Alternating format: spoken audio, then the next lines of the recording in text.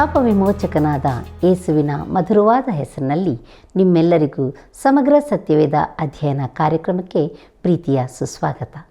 ಪ್ರಿಯರೇ, ನಮ್ಮ ಕಳೆದ ಕಾರ್ಯಕ್ರಮದ ಸಾರಾಂಶವನ್ನು ಚಿಕ್ಕದಾಗಿ ನೆನಪು ಮಾಡಿಕೊಳ್ಳೋಣ. ಯಜಮಾನನು ಬಂದಾಗ ಯಾವ ಆಳು ಸಿದ್ಧನಾಗಿರುವುದನ್ನು ಕಾಣುವನೋ ಅವನು ಧನ್ಯನು ಎಂಬ ಎಚ್ಚರಿಕೆ ವಾಕ್ಯದಿಂದ ಪ್ರಾರಂಭವಾದ ನಮ್ಮ ಅಧ್ಯಯನದಲ್ಲಿ ನಾವು 10 ಮಂದಿ ಕನ್ಯೆಯರ ಸಾಮ್ಯ, ತಲಾಂತುಗಳ ಸಾಮ್ಯ, ಜನಾಂಗಗಳ ನ್ಯಾಯತೀರ್ಪು ಮತ್ತು ಯೇಸುವನ್ನು ಕೊಲ್ಲಲು ಸಂಚು ಎಂಬ ಪ್ರಸ್ತಾಪಗಳನ್ನು ಕಲಿತುಕೊಂಡೆವು. ಕನ್ಯೆಯರ ಸಾಮ್ಯವು ಕರ್ತನು ಬರುವ ಸಮಯವು ತಿಳಿಯದ ರೀತಿಯಲ್ಲಿ ಬರುತ್ತದೆ, ಆದುದರಿಂದ ಎಲ್ಲ ಸಮಯದಲ್ಲೂ ಸಿದ್ಧರಾಗಿರಬೇಕು ಎಂಬುದನ್ನು ವಿವರಿಸಿತು. ತಲಾಂತುಗಳ ಸಾಮ್ಯ ಹಾಗೂ ಜನಾಂಗಗಳ ನ್ಯಾಯತೀರ್ಪು ಎಂಬ ಪ್ರಸ್ತಾಪವು ಮುಂದೆ ಬರಲಿರುವ ನ್ಯಾಯತೀರ್ಪಿನ ಕಠಿಣತೆಯನ್ನು ತಿಳಿಸಿತು. ಈ ರೀತಿಯಲ್ಲಿ ಮುಖ ದಾಕ್ಷಿಣ್ಯವನ್ನು ನೋಡದೆ ನೇರವಾಗಿ ಮಾತನಾಡುವ ಯೇಸುವನ್ನು ಯೆಹೂದ್ಯರ ನಾಯಕರು ಕೊಲ್ಲಲು ಸಂಚು ಮಾಡಿದರು. ಅವರಂತೆ ನಾವಾಗದೆ ಯೇಸುವಿನ ಪಾದದಲ್ಲಿ ಕುಳಿತು ಆತನು ನಮಗೆ ಹೇಳುವುದನ್ನು ಈಗ ಕೇಳೋಣ. ಪ್ರೀತಿಯುಳ್ಳ ಸಹೋದರ ಸಹೋದರಿಯರೇ, ಸದಾ ಇರುವಾತನಾಗಿರುವ ನಮ್ಮ ರಕ್ಷಕನಾಗಿರುವ ಯೇಸು ಕ್ರಿಸ್ತನ ಮಹಿಮೆಯ ನಾಮದಲ್ಲಿ ನಿಮ್ಮೆಲ್ಲರಿಗೂ ನನ್ನ ಹೃದಯಪೂರ್ವಕವಾದ ವಂದನೆಗಳು. ಬನ್ನಿರಿ, ನಮ್ಮ ಧ್ಯಾನವನ್ನು ಮುಂದುವರಿಸುವ ಹಾಗೆ ಮತ್ತಾಯನು ಬರೆದ ಸುವಾರ್ತೆ 26ನೇ ಅಧ್ಯಾಯ 6 ಮತ್ತು 7ನೇ ವಚನಗಳನ್ನು ನೋಡಿಕೊಳ್ಳೋಣ. ಅಲ್ಲಿ ಹೀಗೆ ಬರೆದದೆ: ಯೇಸು ಬೆತಾನ್ಯದಲ್ಲಿ ಕುಷ್ಠರೋಗಿಯಾದ ಸೀಮೋನನ ಮನೆಯಲ್ಲಿದ್ದಾಗ ಒಬ್ಬ ಸ್ತ್ರೀಯು ಬಹು ಬೆಳೆಯುಳ್ಳ ಸುಗಂಧ ತೈಲದ ಭರಣಿಯನ್ನು ತೆಗೆದುಕೊಂಡು ಆತನ ಬಳಿಗೆ ಬಂದು ಆತನು ಊಟಕ್ಕೆ ಕೂತಿರುವಾಗ ಆ ತೈಲವನ್ನು ಆತನ ತಲೆ ಮೇಲೆ ಹೊಯ್ದಳು ಎಂಬುದಾಗಿ. ಪ್ರಿಯರೇ, ಯೆರೂಸಲೇಮು ದ್ವೇಷದ ಸ್ಥಳವಾಗಿದ್ದಂತೆ ಬೆತಾನ್ಯವು ಪ್ರೀತಿಯ ಸ್ಥಳವಾಗಿತ್ತು. ಯೇಸು ತನ್ನ ಮರಣದ ಕಡೇ ಸಮಯಗಳಲ್ಲಿ ಬೆತಾನ್ಯದಲ್ಲಿ ಉಳಿದುಕೊಂಡಿದ್ದನು. ಈ ಘಟನೆಯು ಕುಷ್ಠರೋಗಿಯಾಗಿದ್ದ ಸೀಮೋನನ ಮನೆಯಲ್ಲಿ ನಡೆಯಿತು. ಅವನನ್ನು ಹಾಗೆ ಯಾಕೆ ಕರೆದಿದ್ದರು? ಅವನಿಗೆ ಈಗ ಕುಷ್ಠರೋಗವಿತ್ತೋ? ಪ್ರಿಯರೇ, ಕುಷ್ಠರೋಗವಿದ್ದ ಕಾಲವೊಂದಿತ್ತು, ಆದರೆ ಯೇಸು ಅವನನ್ನು ಗುಣಪಡಿಸಿದ್ದನು. ಈಗ ಅವನು ಯೇಸುವಿನ ಹಾಗೂ ಇತರರ ಜೊತೆ ಕೂತು ತನ್ನ ಮನೆಯಲ್ಲಿ ಸಹಭೋಜನ ಮಾಡಬಲ್ಲವನಾಗಿದ್ದನು. ದೇವರಿಗೆ ಮಹಿಮೆಯಾಗಲಿ. ಪ್ರಿಯರೇ, ಅವರು ಊಟ ಮಾಡುತ್ತಿರುವಾಗ ಒಬ್ಬ ಸ್ತ್ರೀಯು ಯೋಹಾನ ಬರೆದ ಸುವಾರ್ತೆ 12ನೇ ಅಧ್ಯಾಯ 3ನೇ ವಚನದಲ್ಲಿ ಈಕೆ ಮರಿಯಳು ಎಂದು ಹೇಳಿದೆ. ಬಹು ಬೆಳೆಯುಳ್ಳ ಸುಗಂಧ ತೈಲದ ಭರಣಿಯನ್ನು ತಂದು ಆತನ ತಲೆಗೂ ಕಾಲುಗಳಿಗೂ ಹಚ್ಚಿದಳು. ಎಲ್ಲ ಶಿಷ್ಯರು ಇದನ್ನು ಮೆಚ್ಚದಿದ್ದರೂ ಇಸ್ಕಾರಿಯೋತ್ ಯೂದನು ಎಲ್ಲರ ಪರವಾಗಿ ಆಕ್ಷೇಪಣೆಯನ್ನೆತ್ತಿದನೆಂದು ಯೋಹಾನನು ಹೇಳುತ್ತಿದ್ದಾನೆ. ಪ್ರೀತಿಯುಳ್ಳ ದೇವಜನರೇ, ನಮ್ಮ ಧ್ಯಾನವನ್ನು ಮುಂದುವರಿಸುವ ಹಾಗೆ ಮತ್ತಾಯನು ಬರೆದ ಸುವಾರ್ತೆ 26ನೇ ಅಧ್ಯಾಯ 8ನೇ ವಚನವನ್ನು ನೋಡೋಣ. ಶಿಷ್ಯರು ಇದನ್ನು ಕಂಡು ಕೋಪಗೊಂಡು ಈ ನಷ್ಟ ಯಾತಕ್ಕೆ ಅಂದರು ಎಂಬುದಾಗಿ. ಪ್ರಿಯರೇ, ಈ ಜನರು ಬಡವರ ಪರವಾಗಿ ಎಷ್ಟು ಚಿಂತನೆಯುಳ್ಳವರೆಂದು ನಾನು ಆಶ್ಚರ್ಯಪಡುತ್ತೇನೆ. ನಮ್ಮ ಕಾಲದಲ್ಲಿನ ಅನೇಕರು ಯಾವಾಗಲೂ ಬಡವರ ಉದ್ಧಾರದ ಕುರಿತು ಮಾತನಾಡಿದರೂ ಏನನ್ನೂ ಮಾಡದಿರುವಂತೆ ಈ ಶಿಷ್ಯರು ಇದ್ದಾರೆ. ನಮ್ಮ ಧ್ಯಾನವನ್ನು ಮುಂದುವರಿಸುವ ಹಾಗೆ ಮತ್ತಾಯನು ಬರೆದ ಸುವಾರ್ತೆ 26ನೇ ಅಧ್ಯಾಯ 9ನೇ ವಚನವನ್ನು ನೋಡೋಣ. ಈ ತೈಲವನ್ನು ಬಹಳ ಹಣಕ್ಕೆ ಮಾರಿ ಬಡವರಿಗೆ ಕೊಡಬಹುದಾಗಿತ್ತಲ್ಲ ಅಂದರು ಎಂಬುದಾಗಿ. ಇದು ಸತ್ಯವೇ, ಹಾಗೆ ಮಾಡಬಹುದಿತ್ತು. ಆ ತೈಲದ ಬೆಲೆಯು ಒಬ್ಬ ಕೂಲಿಕಾರನ 1 ವರ್ಷದ ಸಂಬಳಕ್ಕೆ ಸಮವೆಂದು ಅಂದು ಲೆಕ್ಕ ಹಾಕಿರುತ್ತಾರೆ. ಬನ್ನಿ ಪ್ರಿಯರೇ, ಮುಂದುವರೆದು ನಾವು ಮತ್ತಾಯನು ಬರೆದ ಸುವಾರ್ತೆ 26ನೇ ಅಧ್ಯಾಯ 10ನೇ ವಚನವನ್ನು ನೋಡೋಣ. ಯೇಸು ಅದನ್ನು ತಿಳಿದು ಅವರಿಗೆ, ಈ ಸ್ತ್ರೀಗೆ ಯಾಕೆ ತೊಂದರೆ ಕೊಡುತ್ತೀರಿ? ಈಕೆ ನನಗೆ ಒಳ್ಳೆಯ ಕಾರ್ಯವನ್ನು ಮಾಡಿದ್ದಾಳೆ ಎಂಬುದಾಗಿ. ಪ್ರೀತಿಯುಳ್ಳ ಸಹೋದರ ಸಹೋದರಿಯರೇ, ಕ್ರೈಸ್ತರು ಕರ್ತನಾದ ಯೇಸುವಿಗೆ ಮಹಿಮೆಯನ್ನುಂಟು ಮಾಡದ ಯಾವ ಕಾರ್ಯವನ್ನೂ ಮಾಡಬಾರದು. ನಾನು ವೈಯಕ್ತಿಕವಾಗಿ ಕರ್ತನ ಹೆಸರಿನಲ್ಲಿ ಮಾಡದ, ಆತನಿಗೆ ಮಹಿಮೆಯನ್ನು ತಾರದ ಯಾವ ಕಾರ್ಯಕ್ರಮದಲ್ಲಿಯೂ ಭಾಗವಹಿಸುವುದಕ್ಕೆ ಇಷ್ಟಪಡುವುದಿಲ್ಲ. ಈ ಕಾರ್ಯಕ್ರಮಗಳು ಯಾವ ಪ್ರಯೋಜನವನ್ನೂ ತರುವುದಿಲ್ಲ. ಜನರಿಗೆ ಯಾವ ಲಾಭ ಇದರಿಂದ ಉಂಟಾಗುತ್ತದೆ? ಇಂತಹ ಬಡತನ ನಿವಾರಣಾ ಕಾರ್ಯಕ್ರಮಗಳಲ್ಲಿ ಜನಪ್ರತಿನಿಧಿಗಳು ಮಾಡುವ ಭ್ರಷ್ಟಾಚಾರದ ಕುರಿತು ಕೇಳುವಾಗ ನನಗೆ ಅಸಹ್ಯವಾಗುತ್ತದೆ. ಆದರೆ ಕರ್ತನ ಹೆಸರಿನಲ್ಲಿ ನಿಜವಾದ ಪ್ರೀತಿಯ ಕೊಡುಗೆ ನೀಡಿದಾಗ ಅದು ಒಳ್ಳೆಯ ಕಾರ್ಯವೆಂದು ಕರ್ತನು ತಾನೇ ಹೇಳುತ್ತಾನೆ. ಮುಂದುವರೆದು ನಮ್ಮ ಧ್ಯಾನದಲ್ಲಿ ಮತ್ತಾಯನು ಬರೆದ ಸುವಾರ್ತೆ 26ನೇ ಅಧ್ಯಾಯ 11ನೇ ವಚನವನ್ನು ನೋಡೋಣ. ಬಡವರು ಯಾವಾಗಲೂ ನಿಮ್ಮ ಬಳಿಯಲ್ಲಿ ಇರುತ್ತಾರೆ, ಆದರೆ ನಾನು ನಿಮ್ಮಲ್ಲಿ ಯಾವಾಗಲೂ ಇರುವುದಿಲ್ಲ ಎಂಬುದಾಗಿ. ಪ್ರೀತಿಯುಳ್ಳ ಸಹೋದರ ಸಹೋದರಿಯರೇ, ಕ್ರಿಸ್ತನನ್ನು ನಂಬುವವರು ಆತನನ್ನು ಮಹಿಮೆಪಡಿಸಬೇಕೆಂದಿರುವವರು ಆಗಿದ್ದಾರೆ. ಇಂದು ಆತನ ಹೆಸರಿನಲ್ಲಿ ಇನ್ನೂ ಹೆಚ್ಚಿನ ಕಾರ್ಯಗಳನ್ನು ಮಾಡಬೇಕಾಗಿದೆ. ಬನ್ನಿರಿ, ಮುಂದುವರೆದ ನಮ್ಮ ಧ್ಯಾನದಲ್ಲಿ ಮತ್ತಾಯನ ಬರೆದ ಸುವಾರ್ತೆ 26ನೇ ಅಧ್ಯಾಯ 12 ಮತ್ತು 13ನೇ ವಚನಗಳು ನೋಡೋಣ. ಅಲ್ಲಿ ಹೀಗೆ ಬರೆದದೆ: ಈ ತೈಲವನ್ನು ನನ್ನ ದೇಹದ ಮೇಲೆ ಒಯ್ದದ್ದು ನನ್ನ ಉತ್ತರ ಕ್ರಿಯೆಗಾಗಿಯೇ. ಈ ಸುವಾರ್ತೆಯು ಸರ್ವಲೋಕದಲ್ಲಿ ಎಲ್ಲೆಲ್ಲಿ ಸಾರಲಾಗುವುದೋ ಅಲ್ಲಲ್ಲಿ ಈಕೆ ಮಾಡಿದ್ದನ್ನು ಸಹ ಈಕೆಯ ನೆನಪಿಗಾಗಿ ಹೇಳುವರೆಂದು ನಿಮಗೆ ಸತ್ಯವಾಗಿ ಹೇಳುತ್ತೇನೆ ಎಂದು ಹೇಳಿದನು ಎಂಬುದಾಗಿ. ಪ್ರೀತಿಯುಳ್ಳ ಸಹೋದರ ಸಹೋದರಿಯರೇ, ಬೆತಾನ್ಯದಲ್ಲಿದ್ದ ಕುಷ್ಠರೋಗಿಯಾಗಿದ್ದ ಸೀಮೋನನ ಆ ಮನೆಯು ಕರ್ತನಾದ ಯೇಸುವಿಗೆ ಸ್ನೇಹ ಹಾಗೂ ಬೆಳಕಿನ ಮನೆಯಾಗಿತ್ತು. ಅದಕ್ಕೆ ವಿರುದ್ಧವಾಗಿ ಯೆರೂಸಲೇಮು ದ್ವೇಷದ ಸ್ಥಳವಾಗಿತ್ತು. ಆ ಕೊನೆಯ ವಾರದಲ್ಲಿ ಯೇಸು ಯೆರೂಸಲೇಮಿನಲ್ಲಿ ಒಂದು ರಾತ್ರಿಯನ್ನೂ ಕಳೆಯಲಿಲ್ಲ.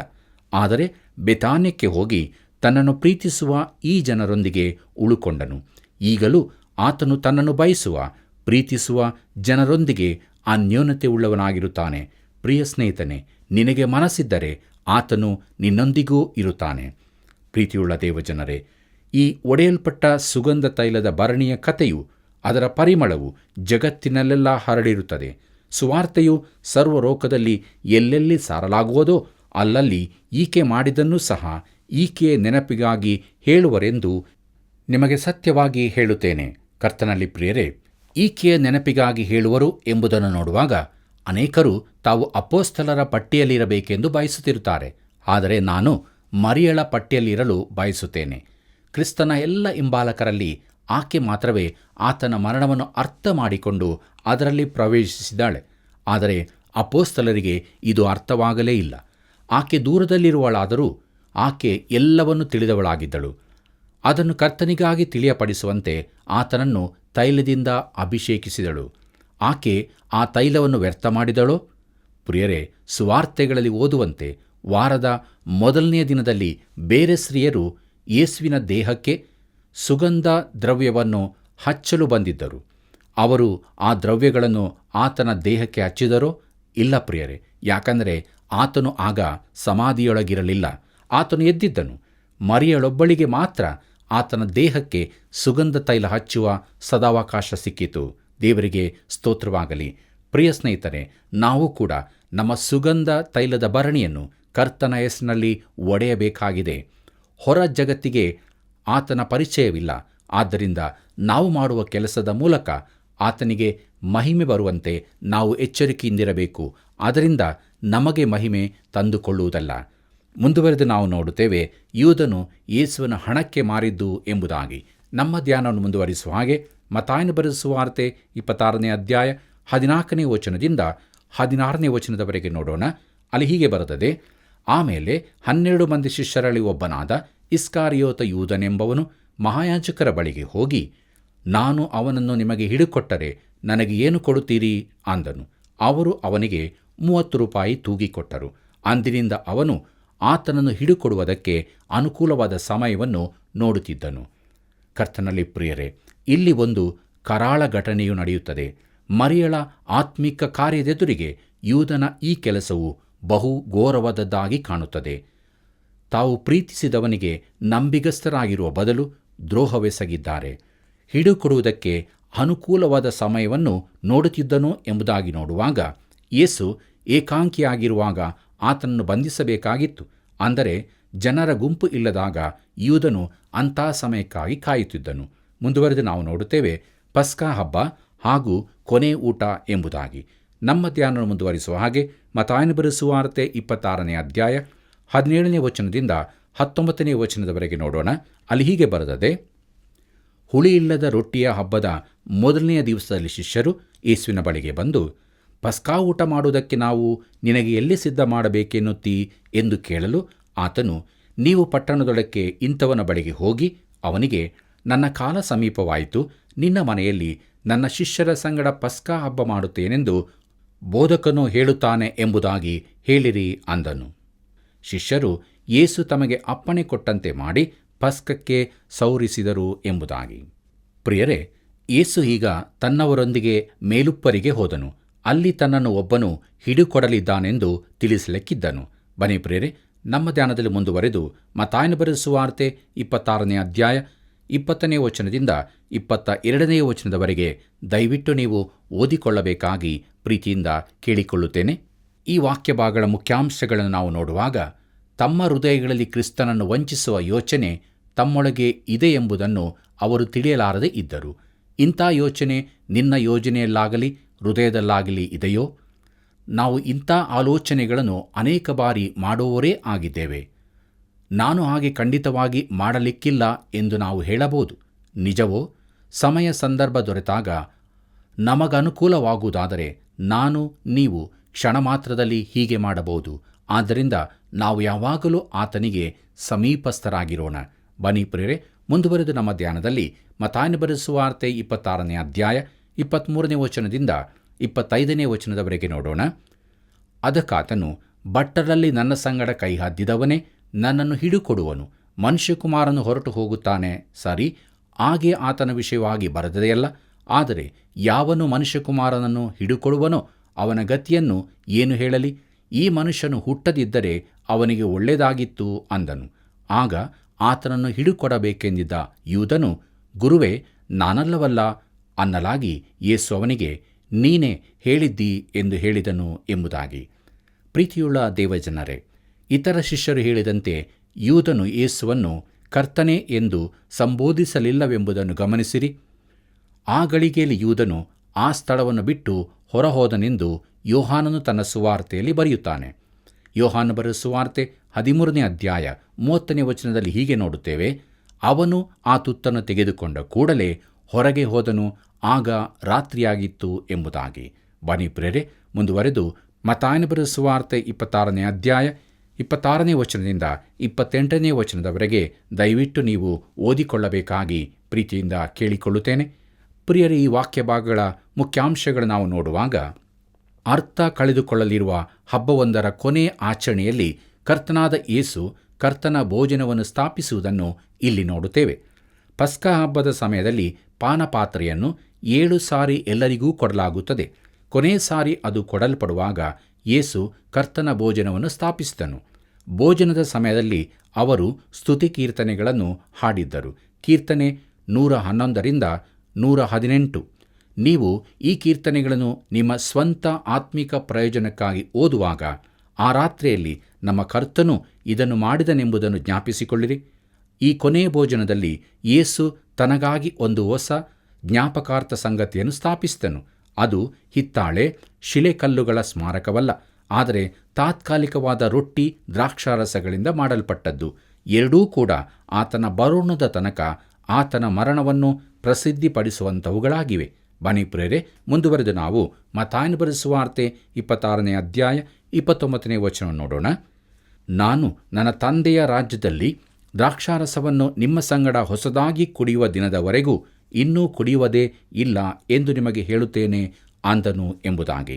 ಪ್ರೀತಿಯುಳ್ಳ ಸಹೋದರ ಸಹೋದರಿಯರೇ, 1000 ವರ್ಷದ ಆಳಿಕೆಯ ಕಾಲದಲ್ಲಿ ಪಸ್ಕ ಹಬ್ಬವು ಪುನಃ ಸ್ಥಾಪಿಸಲ್ಪಡುವುದು. ತಂದೆಯ ರಾಜ್ಯದಲ್ಲಿ ದ್ರಾಕ್ಷಾರಸವನ್ನು ನಿಮ್ಮ ಸಂಗಡ ಹೊಸದಾಗಿ ಕುಡಿಯುವ ತನಕ ಎಂದು ನೋಡುವಾಗ ಆತನು ಯಾಕೆ ಹೀಗೆ ಹೇಳಿದನು ಅಂದರೆ, ಆಗಿನ ಪಸ್ಕವು ಕ್ರಿಸ್ತನು ತಾಳಿದ ಮರಣವನ್ನು ಹಿಂದಕ್ಕೆ ನೋಡುವಂಥದ್ದಾಗಿರುತ್ತದೆ. ಆತನ ಮರಣದ ತನಕ ಶತಮಾನಗಳ ಕಾಲ ಮುನ್ನೋಡುತ್ತಿದ್ದ ಪಸ್ಕವು 1000 ವರ್ಷ ಆಳಿಕೆಯ ಕಾಲದಲ್ಲಿ ಹಿಂದಕ್ಕೆ ನೋಡುವುದು. ಮುಂದುವರೆದು ಮತ್ತಾಯನ ಬರೆದ ಸುವಾರ್ತೆ 26ನೇ ಅಧ್ಯಾಯ 30ನೇ ವಚನ ನೋಡುತ್ತೇವೆ.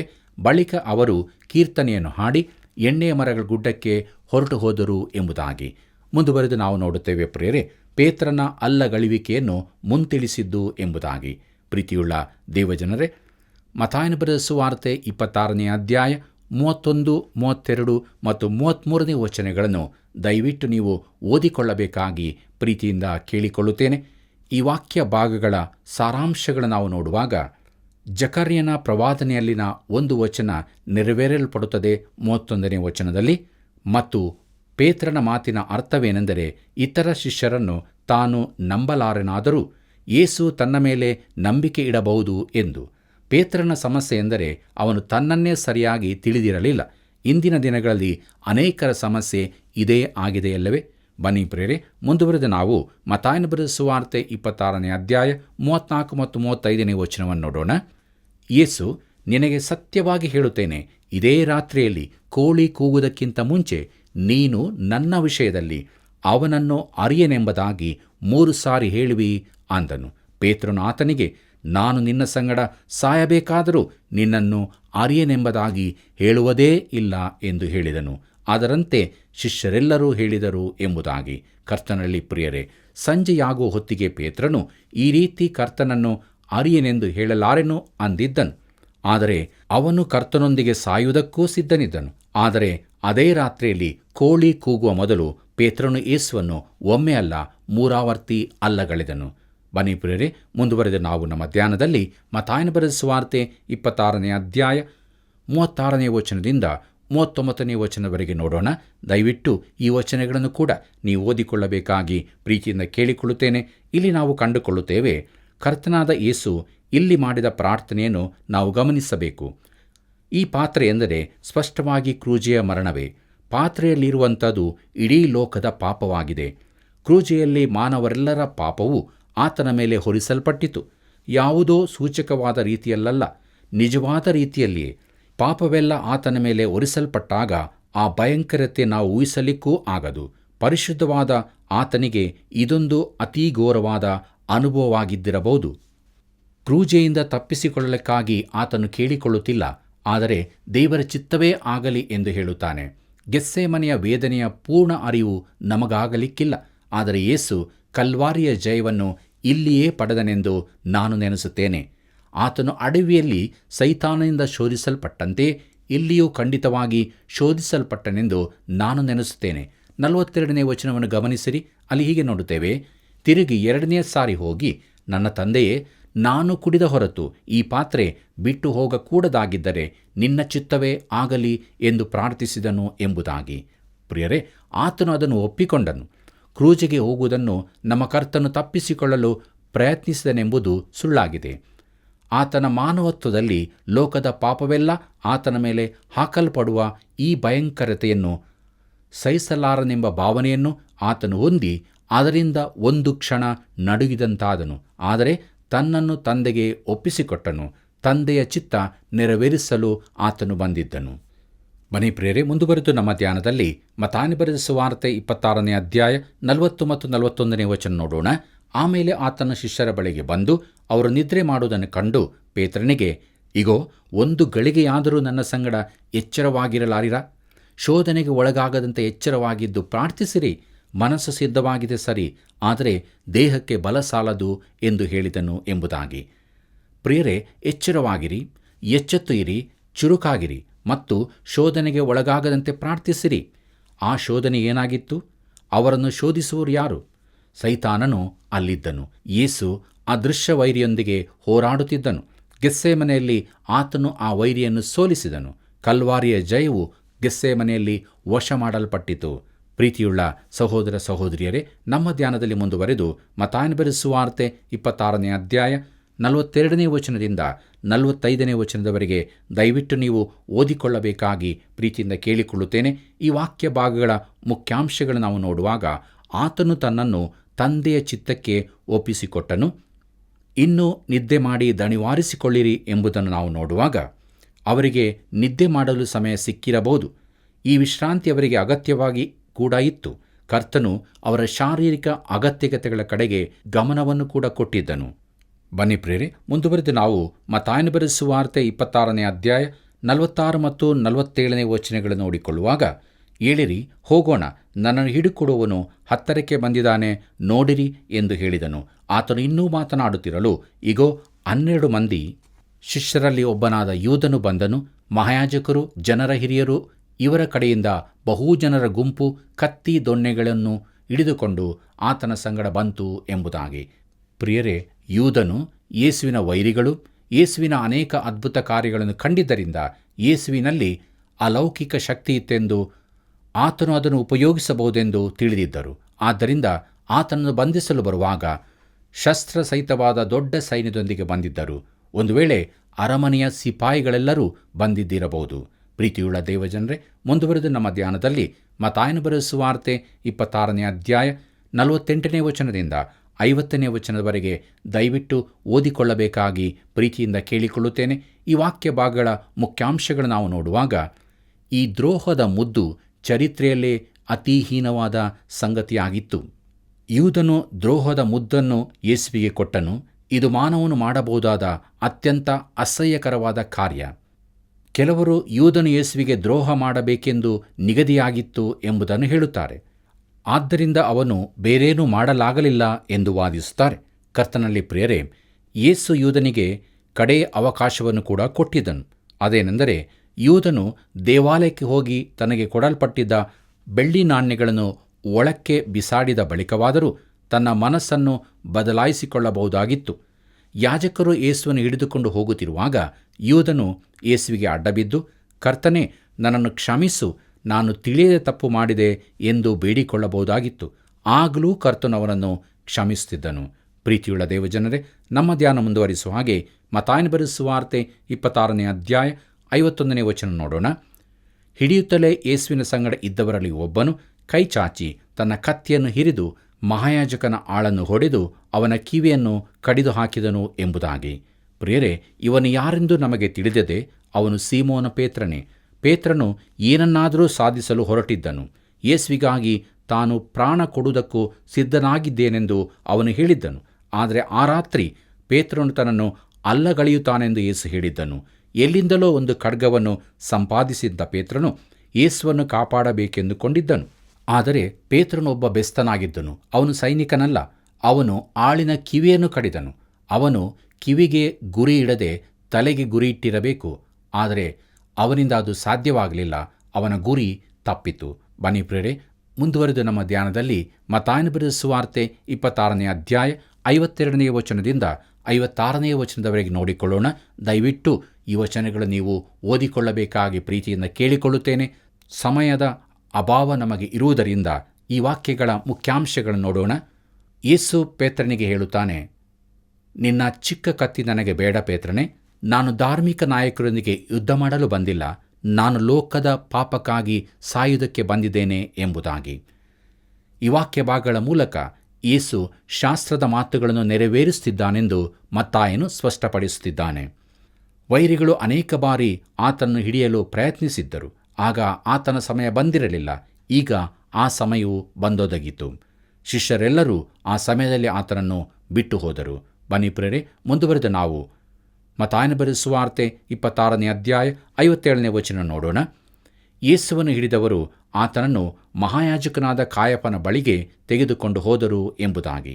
ಪ್ರಿಯರೇ, ಮುಂದಕ್ಕೆ ನಾವು ತಿಳಿಯುವಂತೆ ಕಾಯಫನ ಮಾವನು ಈ ಎಲ್ಲವನ್ನು ರೂಪಿಸಿದವನಾಗಿದ್ದನು. ಆದರೆ ಯೇಸುವನ್ನು ಮೊದಲಾಗಿ ವಿಚಾರಣೆಗೆ ಮಹಾಯಾಜಕನಾದ ಕಾಯಫನ ಬಳಿಗೆ ತರಬೇಕಾಗಿತ್ತು. ಧಾರ್ಮಿಕ ನಾಯಕರು ಯೇಸುವಿಗೆ ಮರಣದಂಡನೆಯಾಗಬೇಕೆಂಬ ಅಪರಾಧವನ್ನು ಹೊರಿಸಿ ಆತನನ್ನು ಪಿಲಾತನ ಮುಂದೆ ಬೆಳಿಗ್ಗೆ ತರಬೇಕೆಂಬುದನ್ನು ಅವರು ಆ ರಾತ್ರಿಯೇ ತೀರ್ಮಾನಿಸಬೇಕಾಗಿತ್ತು. ಬನ್ನಿ ಪ್ರಿಯರೇ, ಮುಂದುವರೆದ ನಾವು ಮತ್ತಾಯನ ಬರೆದ ಸುವಾರ್ತೆ 26ನೇ ಅಧ್ಯಾಯ 58ನೇ ವಚನ ನೋಡೋಣ.